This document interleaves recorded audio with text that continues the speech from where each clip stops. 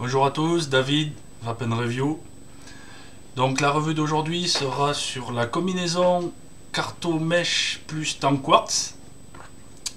Donc le Cartomèche est un carton de chez Smoketech en 45 mm à jupe. Et le Tank Quartz est un tank qui vient de chez Rainbow Haven.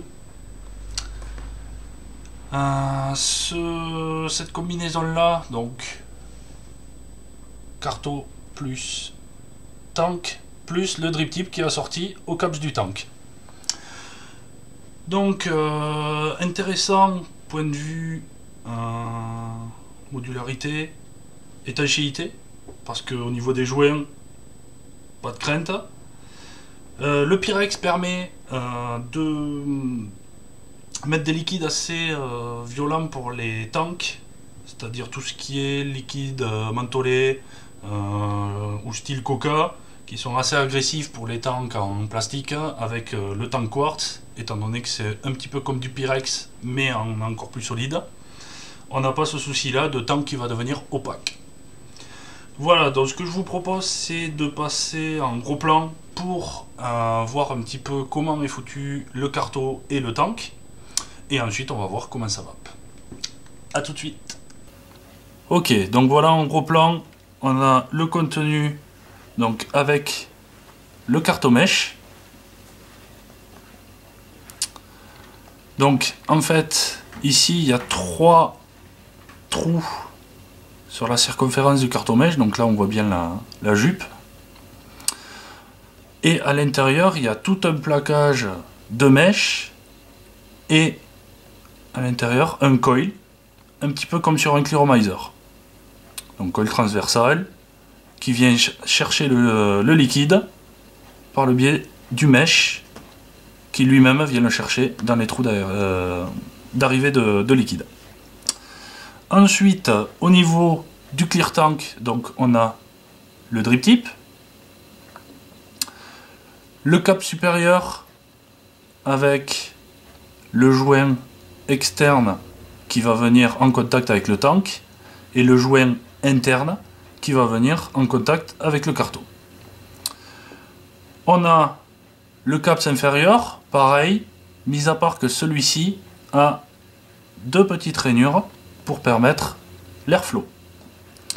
Et ensuite, pour terminer, le tank quartz qui est assez épais, on le voit, et qui est très bien usiné, c'est-à-dire très lisse sur les 2 côtés, et bien sûr qui permet de voir par transparence le contenu de notre tank.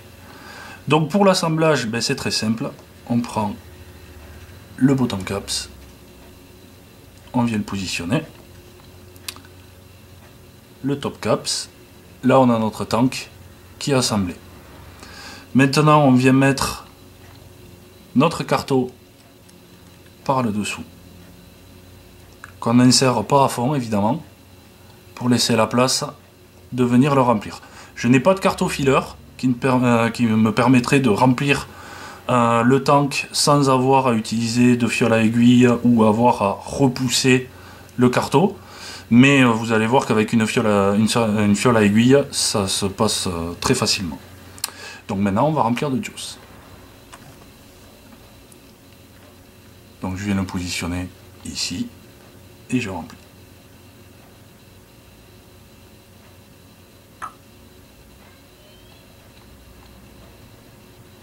Il faut bien faire attention, bien sûr, à ne pas mettre les trous d'arrivée de liquide à l'intérieur du tank, mais vous allez voir, les trous sont quand même assez hauts dans le carton. Donc vous pouvez pas, il y a très peu de chances d'arriver à mettre les trous en même temps qu'on remplit de liquide. Donc là, une fois que c'est mis, on fait remonter le carton en haut. Et là, c'est rempli. On n'a plus qu'à mettre le drip tip, dans le bon sens évidemment. Et là, on va voir comment on l'amorce un petit peu, et puis on va voir comment ça va. On retourne en plan large. Ok, donc là on a vu en gros plan les différents détails des deux composants de l'assemblage, le carto et le tank. Donc bien sûr pas de montage étant donné que c'est pas du reconstructible. Maintenant on va voir comment ça va.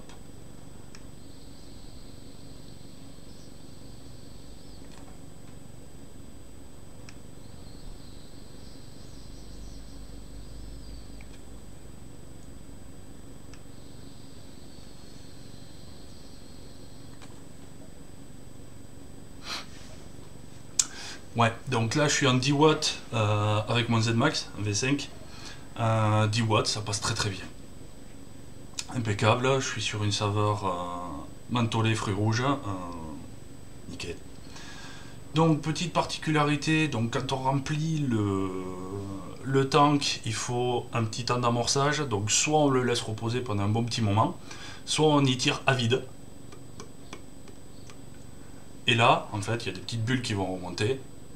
Et après, il suffit de tester, hein, vous verrez s'il y a goût de chaud ou pas de goût du tout, pas de vape, c'est qu'il n'est pas encore bien imprégné du liquide.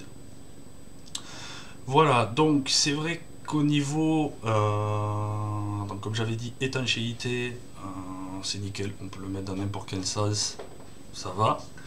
Seul petit inconvénient, évidemment, c'est que vu que c'est que des joints, il n'y a pas de vis qui viennent tenir le carto.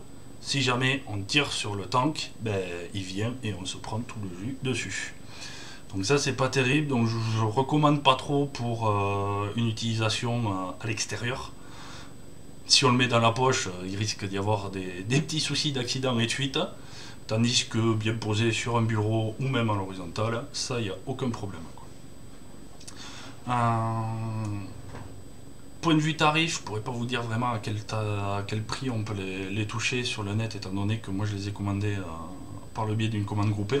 Donc c'est vrai que si on veut le comparer à du carto classique, donc du carto à bourre, on a quand même plusieurs avantages. Et d'une, le fait que ça soit un coil classique, on peut le dry burn. Donc quand on change de liquide, il n'y a pas de résidus du liquide précédent. Ça peut se nettoyer, on le passe sous l'eau chaude. Ensuite derrière on le sèche bien, on le laisse sécher soit tout seul, soit on le sèche avec du sopalin. Et derrière on remplit, on fait l'amorçage et on peut vaper dessus. Voilà, donc ça c'est un produit qui est quand même assez intéressant, mais pour une utilisation, moi je pense plutôt à la maison. Voilà, donc ça c'était la review du cartomèche avec Tank Quartz. La prochaine review portera sur un atto que j'adore, qui est le Kefenlight. Je présenterai le montage en papillon, donc mèche plus Cantal, qui est un très beau montage, point de vue, rapport, saveur et simplicité de réalisation. Voilà, je tenais à remercier particulièrement David de New Vapes pour ses précieux conseils. On a pas mal papoté là-dessus par rapport à ma première vidéo, donc il m'a amené pas mal d'idées pour les prochaines reviews. Donc voilà, je vous mets sa chaîne YouTube et son lien Facebook en commentaire. Je vais vous souhaiter une bonne vape et gros nuages à tous.